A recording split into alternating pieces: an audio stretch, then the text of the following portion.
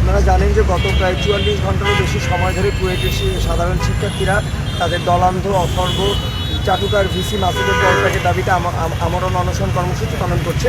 কিন্তু আমরা দেখতে পেয়েছি যে কুয়েটের ভিসি শিক্ষার্থীদের এই মৃত্যুপ্রায় অবস্থা দেখেও কোনো তোয়াক্কা না করে সে তার গদি স্বৈরাচার শেখ হাসিনা যেরকম গদি আঁকড়ে ধরার চেষ্টা করেছিল, ঠিক সেইভাবে এই ভিসি মাসুদও শিক্ষার্থীদের উপেক্ষা করে, শিক্ষার্থীদের এই মৃত্যুপ্রায় অবস্থাকে উপেক্ষা করে সে তার ওই গদিকে আঁকড়ে ধরেছে। আমরা পাশাপাশি আরও দেখেছি যে অন্তর্বর্তীকালীন সরকারের শিক্ষা উপদেষ্টা কিংবা অন্য কোনো উপদেষ্টা অথবা অন্তর্বর্তীকালীন সরকারের যে দুজন ছাত্র প্রতিনিধি উপদেষ্টা হিসেবে রয়েছেন কারো পক্ষ থেকে আমরা স্পষ্টভাবে এই ইস্যুতে কোনো বার্তা পাইনি এখন পর্যন্ত। আমরা কিছুক্ষণ আগে দেখেছি যে অন্তর্বর্তীকালীন সরকারের শিক্ষা উপদেষ্টা এবং ইউজিসির একটি প্রতিনিধি দল কুয়েটে গিয়েছে এবং আমরা দেখেছি সেখানে যাওয়ার পরেও শিক্ষা উপদেষ্টা যেমন বিগত 2 দিনে কয়েকবার শিক্ষার্থীদেরকে তাদের এই কর্মসূচি প্রত্যাহার করে ফিরে যেতে বলেছিল, ঠিক আজকেও একইভাবে তারা সামনাসামনি গিয়ে শিক্ষার্থীদেরকে ভুলভাল বুঝিয়ে তাদের এই কর্মসূচি প্রত্যাহার করতে বলে। কিন্তু শিক্ষার্থীরা স্পষ্টভাবে কুয়েট থেকে জানিয়ে দিয়েছে যে তারা তাদের যৌক্তিক দাবি পূরণ না হওয়া পর্যন্ত তাদের এই কর্মসূচি থেকে সরবে না।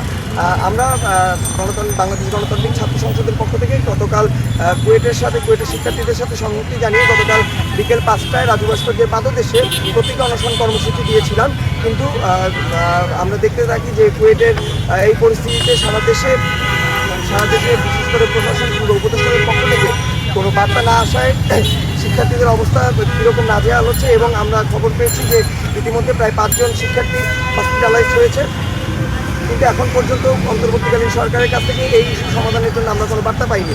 সুতরাং আমরা গতকালকে বিকাল 5টা থেকে প্রতীকী অনশন কর্মসূচিতে বসলেও সন্ধ্যা 7টা থেকে আমরা ঢাকা বিশ্ববিদ্যালয়ের রাজু ভাস্কর্য থেকে বাংলাদেশ গণতান্ত্রিক ছাত্র সংসদ আমরণ অনশন কর্মসূচির ঘোষণা দিয়েছি এবং আজকে আমরা অন্তর্বর্তীকালীন সরকারকে এই রাজু ভাস্কর্যের পাদদেশ থেকে দুপুর 2টা পর্যন্ত সময় বেঁধে দিয়েছি। যদি দুপুর 2টার মধ্যে অন্তর্বর্তীকালীন সরকার দুপুর 3টার মধ্যে অন্তর্বর্তীকালীন সরকার এবং ইউজিসি যদি শিক্ষার্থীদের যৌক্তিক দাবি মেনে না নেয় এবং এই দলান্ধ চাটুকার দালাল ভিসি মাসুদকে কুয়েটের ভিসির পদ থেকে অবসর না করে, তাহলে দুপুর 3টার পর থেকে আমরা সারা বাংলাদেশে আবার জুলাইয়ের মতো ব্লকেট কর্মসূচি পালন করি। আপনার নামটা কি?